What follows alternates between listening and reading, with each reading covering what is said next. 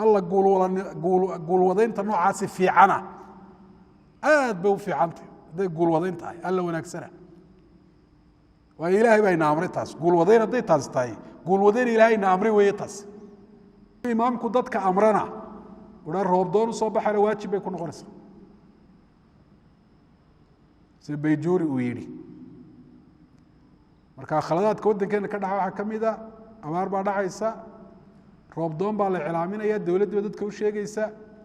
dadkiiba hawlahooda iska wataan amarkii qaadanba maayaanba inay arrintaasi amar qaadasho la-aantaasi macsiyo tahayna dadkumama dareensana bal dadkeenna waa kuwana sidee looga dhaadhiciyaa madaxda wixii wanaaga in lagu adeeco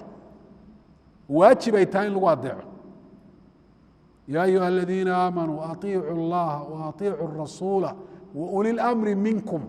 miyaana innaga inala hadlayn hadduu dhaa madaxweynihii ama ciddu u xil saaray waa roobdoon baynu samaynaynaaye soo baxa waajib bay noqonaysaa in la soo baxa shay iska sunnaa maaha oo qofka doonaa uu iska dayn karo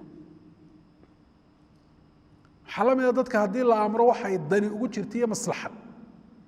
haa kaaleo ka shaqeeya dhaa waxaa laydin amray dadow inaad soo baxdaan ood magaalada nadiifisaan amarka waa in la qaato ama daad baa magaalada kusoo jabaya inaad moostaan daacadu maaha markuu ilaahay wuxuu kugu waajibiyey ku faro uun in markaa inaad maqasho ay waajib kugu tahy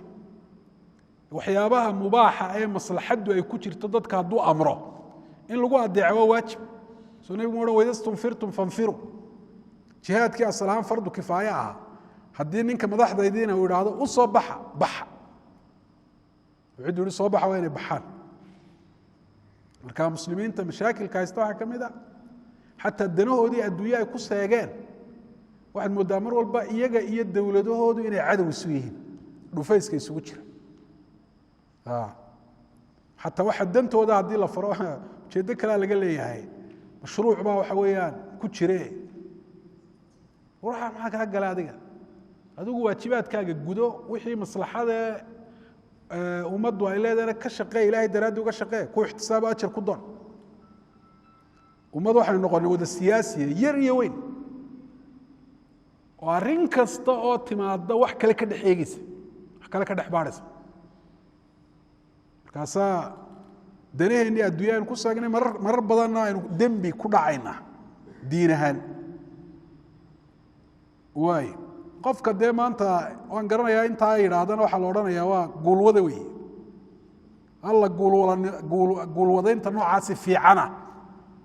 aad bay u fiicantay hadday guulwadayn tahay alla wanaagsana waayo ilaahay baa ina amray taas guulwadayn hadday taas tahay guulwadayn ilaahay ina amray weeye taas inaynu madaxda wixii wanaagsan dan diineed ama dan adduunya inaynu ku adeecno ilahay baa ina amray oo nebigu calayh الsalaatu wasalaam wuxuu yihi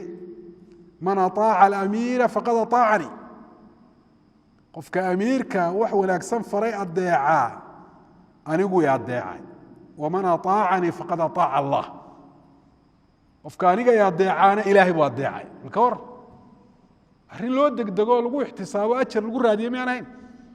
waliba dee dantii iyo maslaxadii adduunyee dadkuna waa ku jirta marka bayjuuri wuxu yidhi hadduu imaamku dadka amro u idhaahdo